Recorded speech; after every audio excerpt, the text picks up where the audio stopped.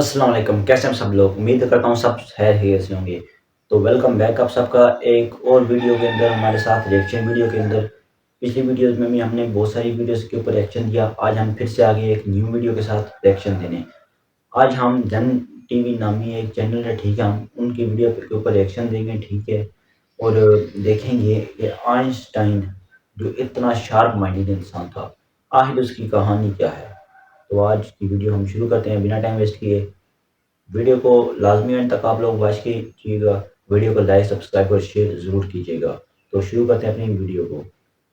Albert Einstein, जिनकी theories ने दुनिया की साइंस को हमेशा हमेशा के लिए बदल दिया, उनकी जिंदगी में एक वक्त ऐसा भी आया था जब वो 9 सालों तक नौकरी के लिए दर दर भटक रहे थे।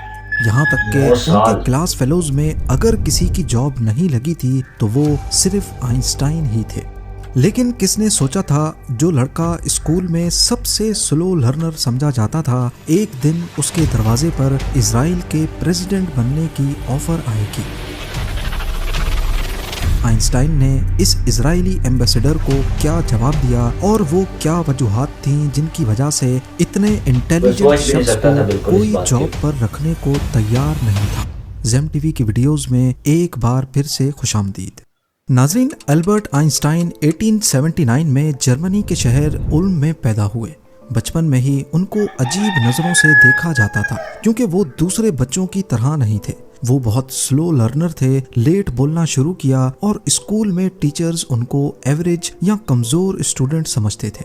पर इसके पीछे वजह यह थी कि आइंस्टाइन हर चीज़ को क्यूरियोसिटी की निगाह से देखते थे। स्कूल में अगर उनको कोई चीज समझ नहीं आती थी तो रट्टा लगाकर उसे याद करने के बजाय वो उसके कॉन्सेप्ट्स को समझने की कोशिश करने में लग जाते थे, जिसकी वजह से वो हमेशा कोर्स में पीछे रह जाते थे। आइंस्टाइन बचपन से ही काफी क्रिएटिव थे और यही उनकी कमजोरी भी थी और बाद में उनकी ताकत भी बनी। आइंस्टाइन की अर्ली एजुकेशन म्यूनिक में हुई, जहां उनको जर्मन स्कूलिंग का स्ट्रिक्ट डिसिप्लिन बेस्ड सिस्टम बिल्कुल पसंद नहीं था। एक वक्त आया जब तंग आकर आइंस्टाइन ने स्कूल छोड़ दिया और अपनी फैमिली के साथ स्विट्जरलैंड शिफ्ट हो गए ताकि वहां के लिबरल एजुकेशन सिस्टम में अपनी जगह बना सकें। वो वहां के ज्यूरिक पॉलिटेक्निक कॉलेज में फिजिक्स और मैथमेटिक्स में एडमिशन लेना चाहते थे। एंट्रेंस एग्जामिनेशन में उन्होंने मैथ्स और फिजिक्स के पेपर को फौरन सॉल्व कर लिया, लेकिन दूसरे सब्जेक्ट्स जैसा कि जियोलॉजी, लिटरेचर और पॉलिटिक्स में वो बुरी तरह फेल हुए। एंट्रेंस एग्जाम के बाद कॉलेज के प्रोफेसर ने आइंस्टाइन को अपने ऑफिस में बुलाया। वो आइंस्टाइन के मैथ्स और फिजिक्स के जवाबात देखकर काफी हैरान थे। वो जानना चाहते थे मैथ्स कि और फिजिक्स आइंस्टाइन जो हमारे को समझ ये में सब नहीं आती वो किसने इनको आती पढ़ाया थी। है, जिस पर आइंस्टाइन ने जवाब दिया कि उन्होंने ये सब खुद से पढ़ा है। पर दूसरे सब्जेक्ट्स जिनमें ज्यादातर सिर्फ रट्टा काम करता था, उनमें आइंस्टाइन बुरी तरह फेल हुए थे। प्रोफेसर ने उनको बताया कि अगर उनको इस कॉलेज में एडमिशन चाहिए तो सिर्फ मैथमेटिक्स और फिजिक्स काम नहीं करेगी। उनको दूसरे सब्जेक्ट्स की तैयारी करने के लिए वापस 1 साल स्कूल में लगाना होगा। मायूस होकर आइंस्टाइन को वापस 1 साल स्कूल में लगाना पड़ा और अगले साल खुशकिस्मती से वो ज्यूरिक पॉलिटेक्निक कॉलेज के एंट्रेंस एग्जाम में पास हो गए। पर कॉलेज में एडमिशन लेने से आइंस्टाइन की नेचर नहीं बदली। यहाँ पर भी वो बोरिंग लेक्चर्स को स्किप करते, खुद से पढ़ाई करते और प्रोफेसर से ज्यादा इम्प्रेस नहीं होते थे। यानी उनके आगे पीछे घूमना आइंस्टाइन की फितरत नहीं थी। इस सब का रिजल्ट ये निकला कि जब आइंस्टाइन 1900 में ग्रेजुएट हुए तो उनके प्रोफेसर्स ने उनको जॉब रिकमेंडेशन देने से इनकार कर दिया। अब बेशक वो ये ज्यादा तलबे नहीं ज़हीन चाहता था थे, इसलिए। लेकिन आइंस्टाइन के पास कोई स्ट्रॉन्ग रेफरेंस नहीं था, कोई मेंटर नहीं था जो उनको एक एकेडमिक या रिसर्च जॉब दिला सके।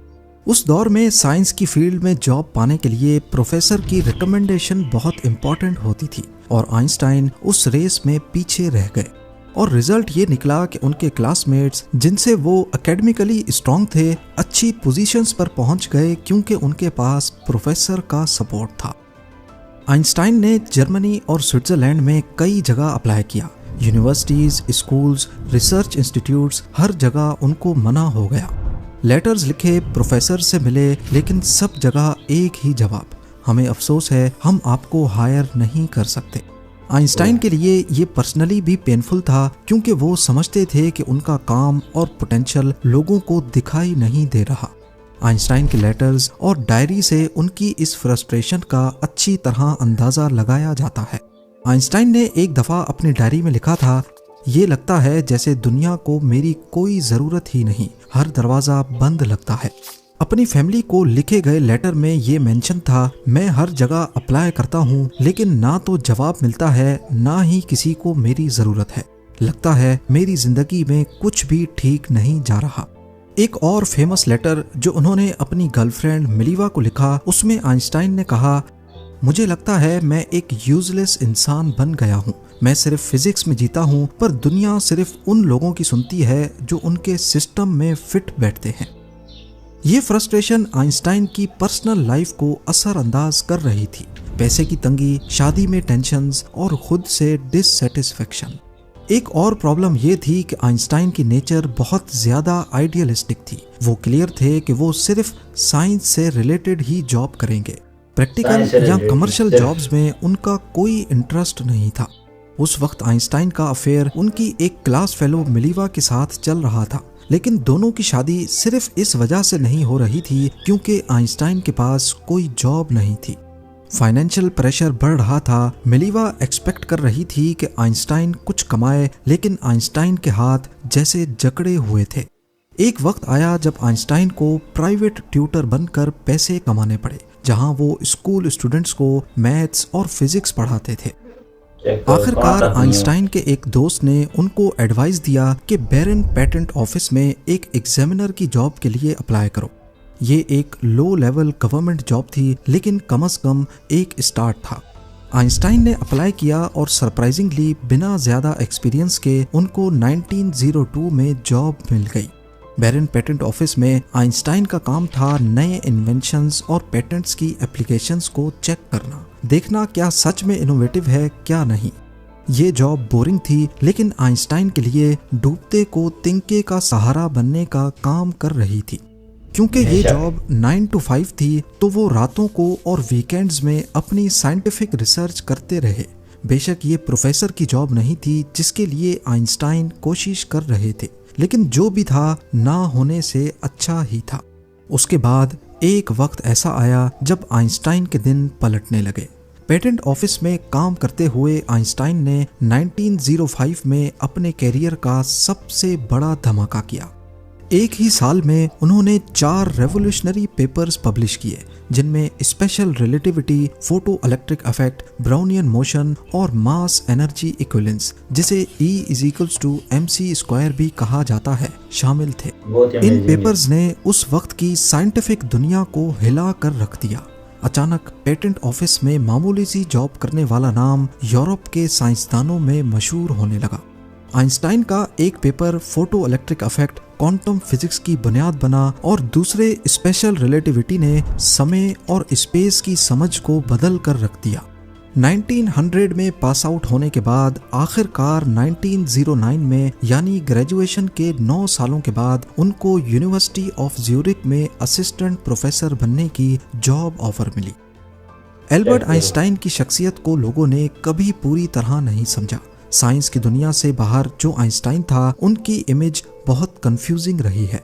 एक तरफ लोग उनको एक मजाकिया तरीके से दिखाते हैं, बिखरे हुए बालों वाला अजीब सा सोशली ऑकवर्ड साइंटिस्ट जो सिर्फ अपनी किताबों और थ्योरीज में घुसा रहता था। दूसरी तरफ वो एक सीरियस और इम्पोर्टेंट पॉलिटिकल रोल में भी दिखाई देते हैं। 1932 में आइंस्टाइन जर्मनी से भाग गए, बस एक साल पहले जब हिटलर ने वहां पावर संभाली, क्योंकि हिटलर ज्यूज के काफी खिलाफ था और आइंस्टाइन का ताल्लुक भी एक ज्यूइश खानदान से ही था।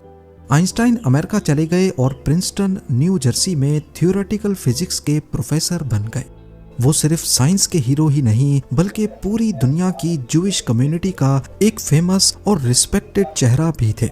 इस दौरान ज्यूज की अपनी स्टेट इजराइल के बनने का अमल चल रहा था और पैलेस्टाइन में इसी मुद्दे को लेकर काफी जंगें हो रही थी। आखिरकार 1948 में इजराइल फॉर्मली वजूद में आ गया, लेकिन सिर्फ 4 सालों के बाद 1952 में इजराइल के पहले प्रेसिडेंट खैम वाइजमैन इंतकाल कर गए।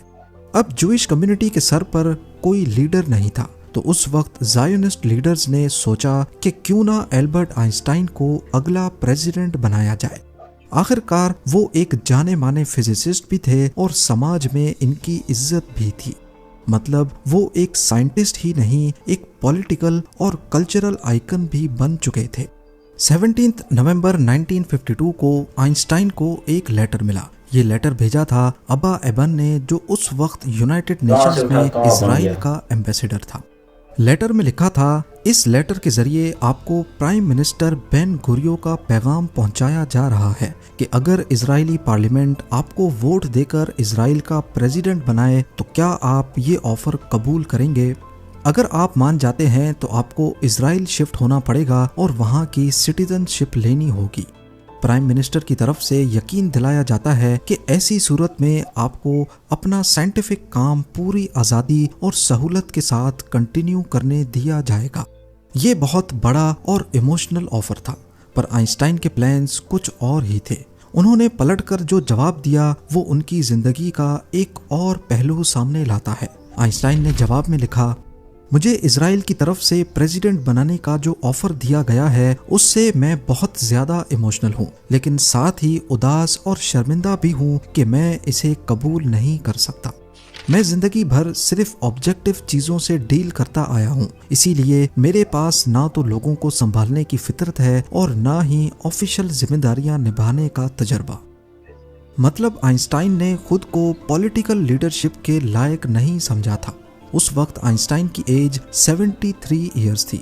जब उनको ये ऑफर मिला तो उन्होंने अपने घर में रुके हुए एक मेहमान को बताया था कि ये ऑफर बहुत ऑकवर्ड है।